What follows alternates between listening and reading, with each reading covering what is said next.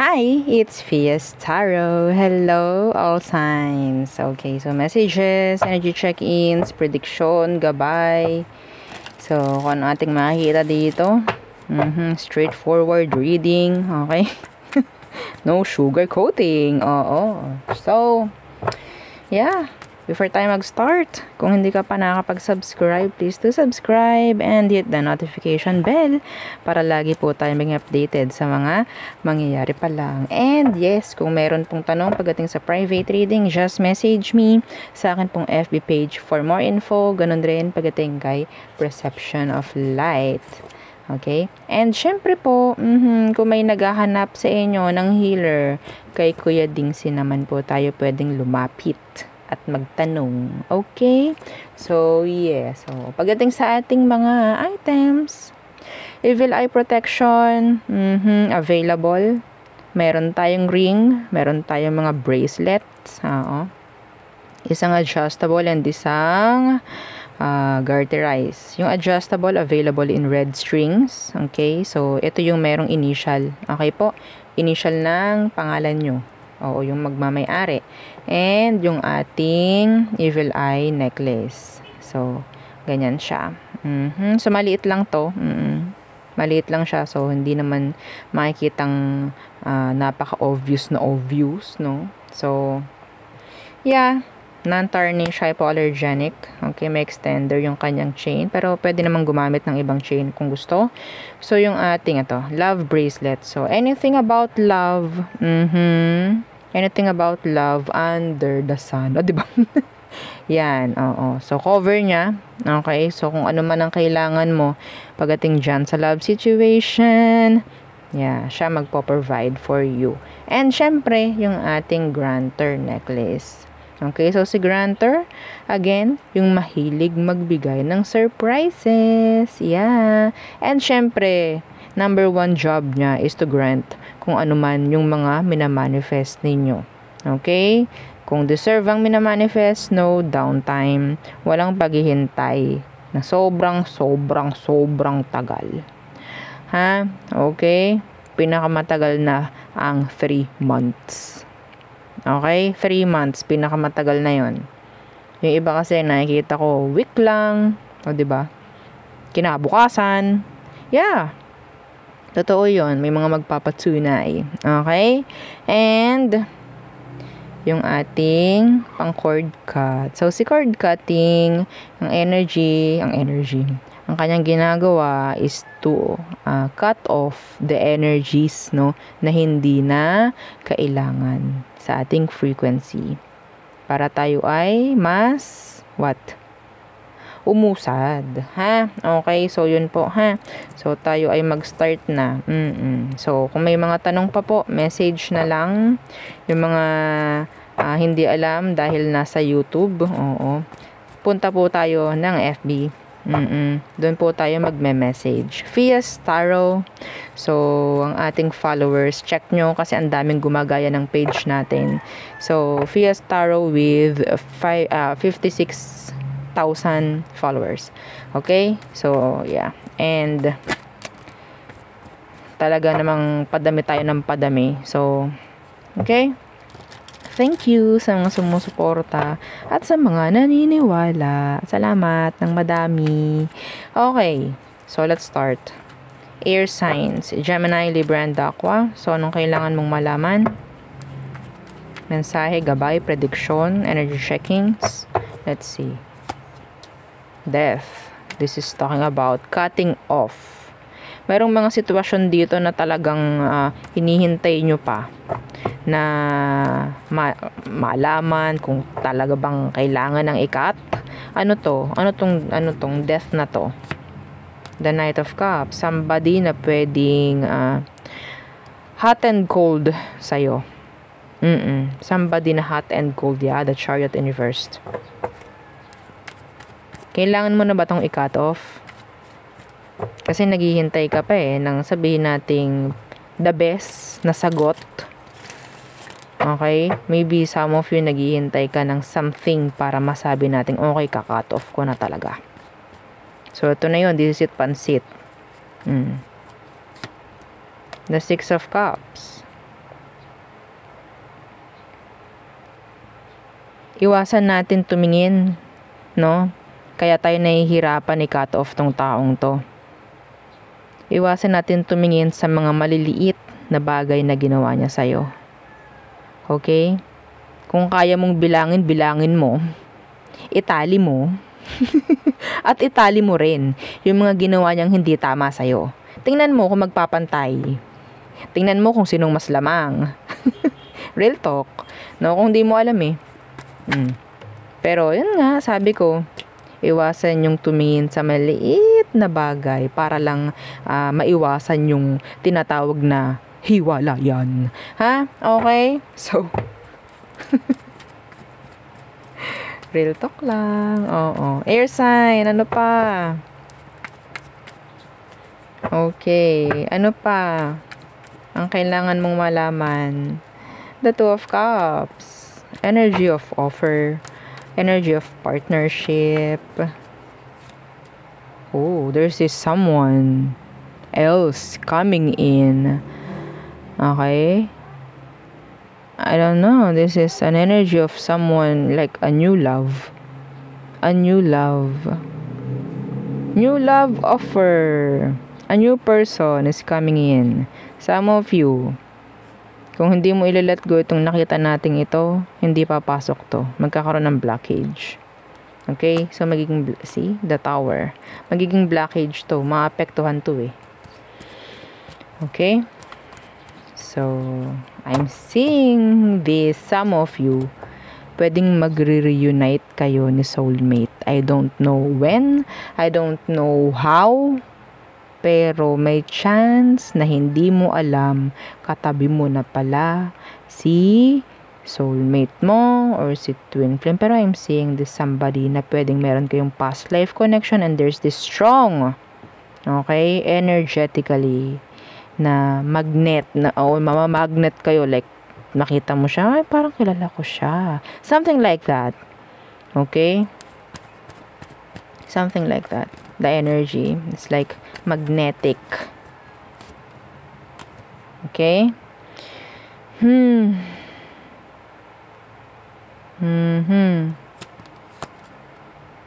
Yeah. You have to release lang muna. Yun nga lang, iba sa inyo takot i-release yung mga kailangang i-release. Okay? So, what else? So, puro love. Iba naman. Kahit ako eh. Oo, kahit ako, kapag puro love, ano naman ang kailangang malaman ng mga air signs? Okay, sa pamamera, o diba? Oo nga, sabi ni universe. Oo nga. O iba naman. Ano ba? Kunin natin to. Okay, the Ten of Pentacles. In reversed. Some of you, pwedeng meron kayong bibilihin. Okay, bibilihin pricey, mahal. Okay po. What's with that? The Two of Swords, universe. Pero nandoon yung kailangan nyo munang pag-isipan. Okay, is it worth it? Is it worth the buy? O, diba? Okay, kasi baka mamaya gusto nyo lang kasi nakita nyo, tas ang pricey.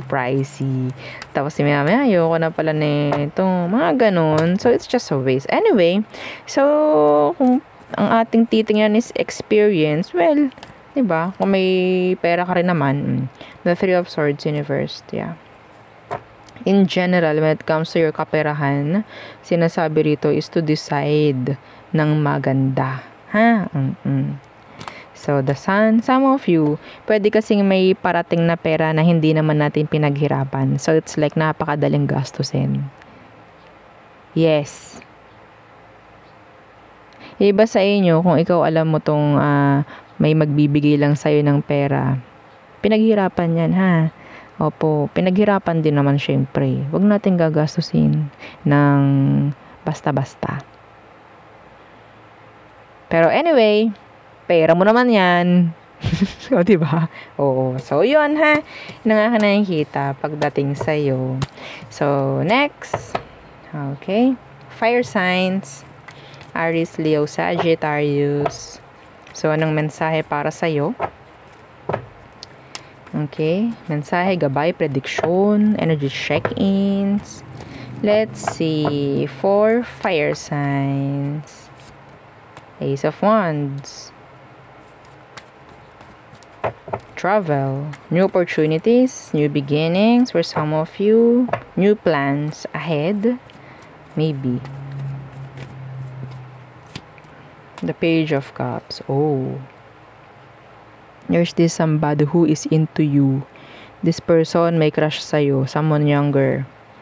Somebody na pwedeng nasa isang environment kayo or pwedeng meron kayong same environment na pinupuntahan ng taong to. Some of you magkaklase kayo, iba sa inyo magkatrabaho kayo, something like that. Okay, nakukuha mo yung attraction eh. Na-attract ka, attract mo itong taong to. They like you. Yeah, they like you. Anong meron dito? This is someone new, I guess. Someone new. Someone young. kahit ayaw ng iba sa inyo ng young. Anyway, maybe young at heart. O, diba? Tingnan natin. New love interest, I think. This is a new love interest. Or maybe kayo itong may magugustuhang bago. No? Yeah, the Lovers in reverse. Yeah. Okay, so some of them, sinasabi dito para malaman mo na siya to, kung siya yung lalapit, kakalis lang niya sa isang relasyon. Okay, kakalis lang niya sa isang relasyon. Babanggitin niya sa'yo yun. Hindi yan healed, actually. Okay, hindi siya healed. So, if ever, wag muna makikipag-connect like romantically, no? So, platonic, pwede naman, if ever. Platonic. Platonic is just like an energy na, yeah, magka-connect kayo pero without sex. Parang ganun.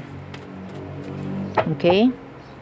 Hanggat maaari, kung meron kayong mga parang makikilalang bago at magyayaya ng sex with you agad, ay, bahala kayo. O, diba? Bahala kayo. Gabay lang naman to eh. Nasa inyo naman lagi ang decision. Di po ba? So, ano pa? Fire signs. The Wheel of Fortune. There's this, sabihin natin, new opportunities coming in for you talaga. No? Kasama itong si Ace of Wands. Tas Wheel of Fortune. Iba sa inyo, may chance ng travel. Okay? Justice. Oh, Justice. Papanig sa'yo. O, diba? In general, papanigan ka.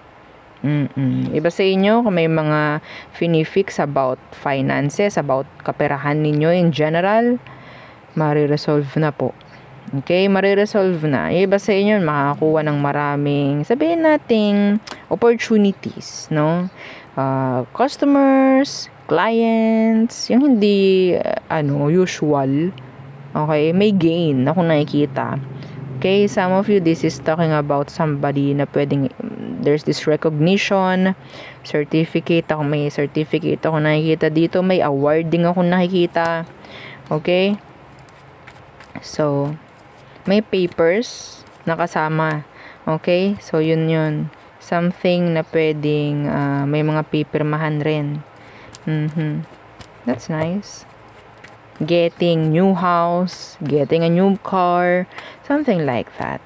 Ang ganda ng energy. Anyway, so what else? Kung pangit naman, talaga namang babanggitin ko eh, kahit pangit eh, di ba? So, tingnan natin, ano pa? The Ten of Wands in reverse. Okay, and what you need to surrender? Meron kang kailangan surrender. Bulong sa akin yun. Mayroon ka raw kailangan i-surrender. What's this? The Eight of Wands. Something na hindi na nag-work out, na pwedeng finifix mo ng finifix, whether people man, situation, kung ano man. Yeah, yun ang kailangan mo i-surrender. Okay? The Four of Pentacles, kasi nagiging stuck yung iyong energy, nagiging stuck ka. In general. So, walang mangyaring pag-usad. Okay? So, parang mag-e-expect ka na mag-e-expect dyan eh. So, yun ang kailangan pong i-surrender. That's new. That's new, no? New, para sa reading natin. Anong kailangan mong i-surrender? No? So, something na pwedeng ginagawa ng paraan para sabihin nating maging okay. Pero laging sabog. Laging wala namang nangyayari. Nakakapagod lang. Kailangan mo na ng ipahinga. Parang ganun, no? So, yeah, the world inversed. The Empress. Lahat ng parang ginagawan mo ng paraan para lang maging okay. Hindi naman nakikiayon. So, yun ang mga kailangan nating i-surrender kay universe. So, there. Yun ang nakikita ko for you, fire signs. Next. Water signs. Hi, water signs. O, diba? What's for you? Mensahe, gabay, energy check-ins, prediction, kung anong ating makita. So again, don't forget to like, share, and subscribe. Water signs. Thank you. Let's see. Okay, the Four of Swords. There's this air sign who is always thinking of you. Okay, anong meron? The Knight of Cups in reversed. Meron na ba dito nagiging hot and cold? An air sign, a water sign like you.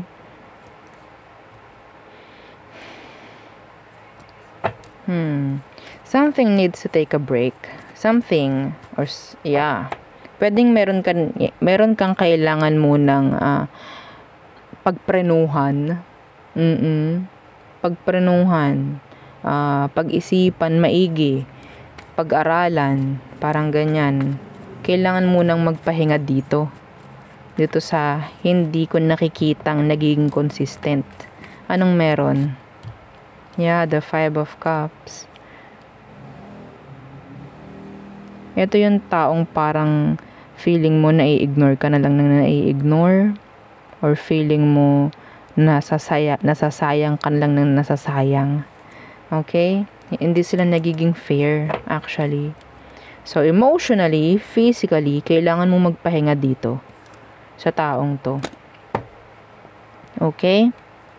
So, enough then yung pag-iisip na ng panghinayang or nasasayangan ka kasi meron kang ginawang something like ending or hindi ka nakikipag-usap. Huwag kang makonsensya. Alam mo ba, iba sa inyo, hindi naman natin gagawin yung bagay na yan kung sa tingin natin is wala naman tayong nakukuhang hindi maganda, no? Kung meron tayong nakikitang hindi maganda, talaga namang magba-back out tayo ng kauntian, mag-step back, no? So, wag mong isipin, ay baka mamaya mali yung ginagawa ko. No! Okay? Wag mong manipulahin yung sarili mo, ha? Minsan, kahit nakakapanghinayang, oo. 'Di ba? Hindi naman natin ititigil yung isang bagay kung nakikita nating nag-workout. 'Di ba? Or alam nyo na, gets nyo na yun. Gets nyo na lang, ha? Okay? Nahaba tayo masyado dito. So, what else for you, water signs? Somebody's thinking of you, or maybe you're thinking of somebody na hindi naman dapat na. Okay, so your money is going up. Yeah, your money is going up. More customers. Okay. Responsibilities for some of you. More work. Some of you matatanggap ka sa trabaho. May energy na pwedeng matanggap ka sa work. May energy rito na pwedeng maibibigay sa iyo si employer mo or si boss. Maybe a present or a gift. Okay? Material things, I think. And this is like an energy of a surprise. Yung hindi ka nag-expect ng something. Wala na. Yeah.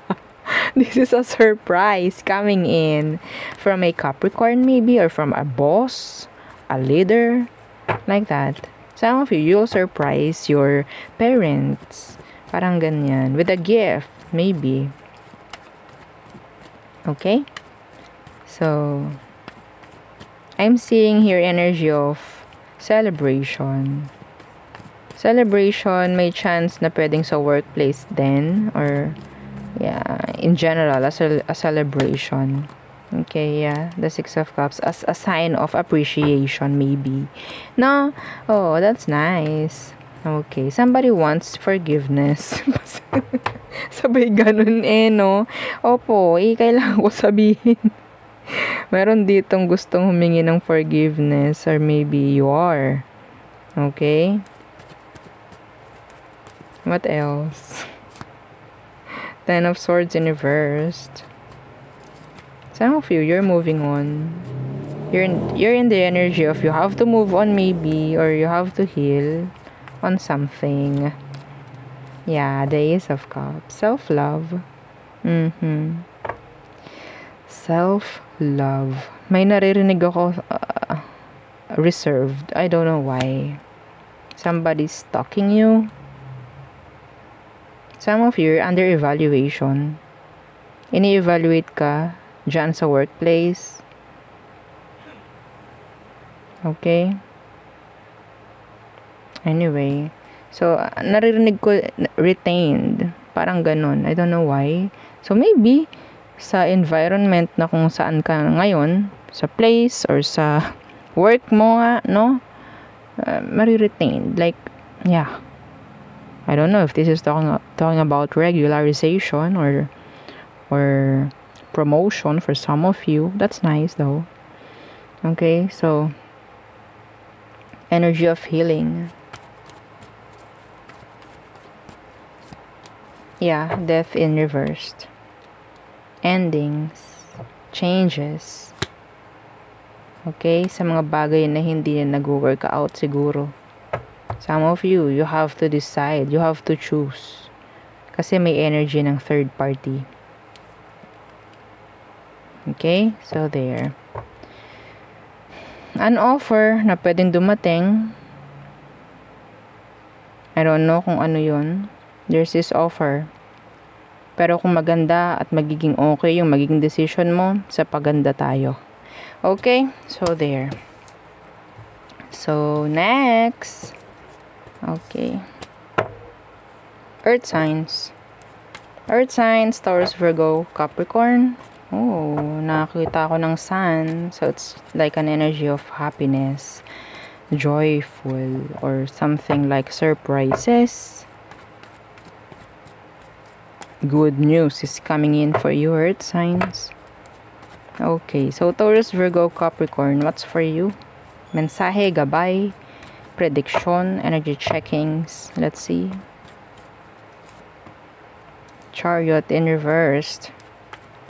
There's this energy of a Cancerian. Somebody na pwedeng hindi pa rin totally nakaka-move on from you. Maybe. Who is this? Yeah, the Seven of Cups.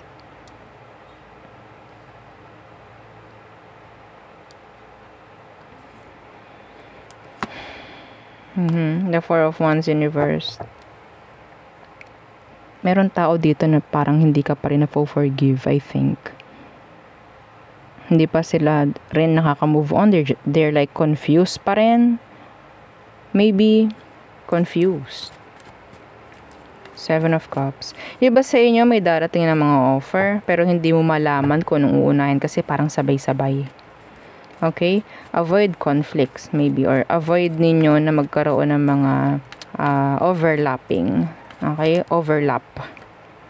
Let's see. Yeah, the Seven of Pentacles. Somebody is waiting. Investing. Invested still. Okay? Kung sino man to naghihintay ito ng something. Maybe closure. They're sad. They are sad. Para tong okay, anong nangyari? Parang ganon. Tas wala na. Ganon yung energy. They're still waiting for you. If you're watching for an earth sign, if you're cross-watching for an earth sign, etong si earth sign, they're invested na somewhere else. Like, they're focusing on new things maybe. Some of them, may chance na Sa kaperahan sila invested ngayon. Sa stability nila. Okay? If you're cross-watching for an earth sign, kung gusto mong malaman, this is so specific. Okay? So, let's see. What else? Pero kung nag-fit sa'yo yung message na yon, earth sign, then claim it. Or, yeah. Diba? Kung hindi, just leave it. So, what else for you, earth signs? Page of Cups Universe. Ooh. Somebody has a crush on you. Who is this Page of Cups Universe? The Empress. Oh, huge age gap. Huge age gap. Okay. They're just quiet. Quiet, sitting, watching you. They're avoiding eye contact with you, I think. They're avoiding eye contact. Every time na kasama ka nitong taong to, ninenervyos siya. Hindi ko malaman. Ha?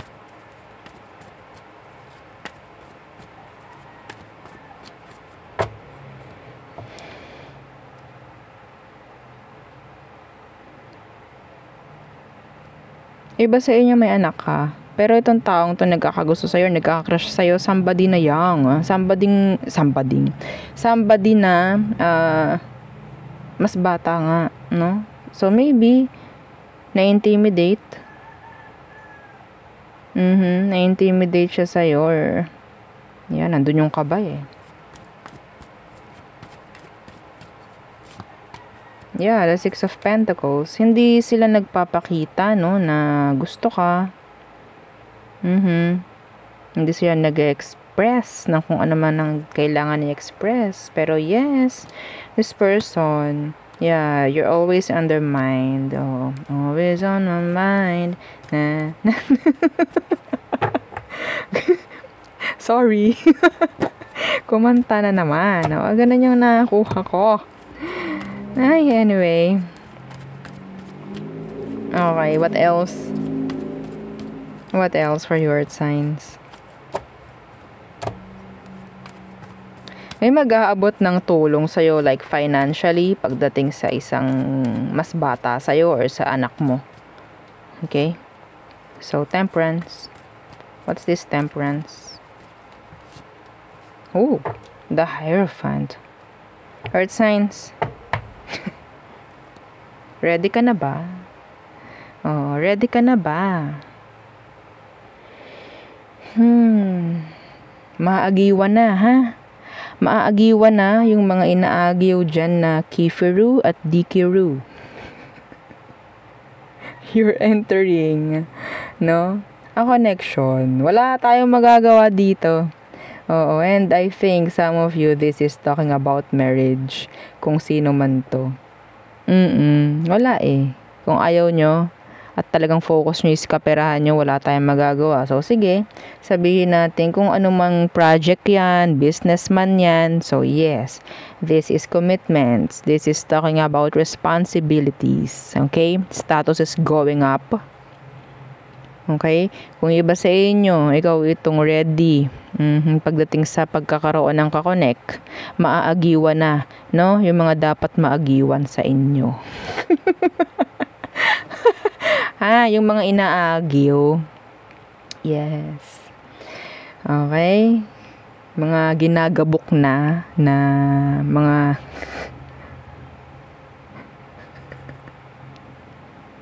I can't. Oo, no? Hindi ko malaman. Ano pa bang lalabas dyan? Dati, ano pa eh. Diba? Milk pa, milk. Hindi ko alam ngayon, baka powdered milk na. I can't. So, hindi ko malaman sa inyo. Yeah, well, ang sinasabi lang naman talaga dito is, yes, there's this somebody or sabihin nating opportunity, no? na sabihin nating tataas na yung level, tataas na. Whether love, kaperahan man to. Hierophant is sabihin nating kasal rin. Ha? Kasal. Ikakasal. Kahit sobrang tagal na. Waiting. From liquid milk to powdered milk na ba? Sobrang tagal. Wala na po akong mapoproduce. Ang hirap. Ang hirap ng ganito. Kasi parang ako kayong kausap. No? Parang kausap ko. Parang ako kwentuhan. Kaya ganito. No? So, intindihin nyo na lang. Ha? Oo. So, I'm just happy. Oo. Happy sa energy. Para sa inyo. Okay? So, yun. Ang aking nakikita for you. All signs again. Please don't forget to like, share, and subscribe, and follow our FB page. Thank you. Bye.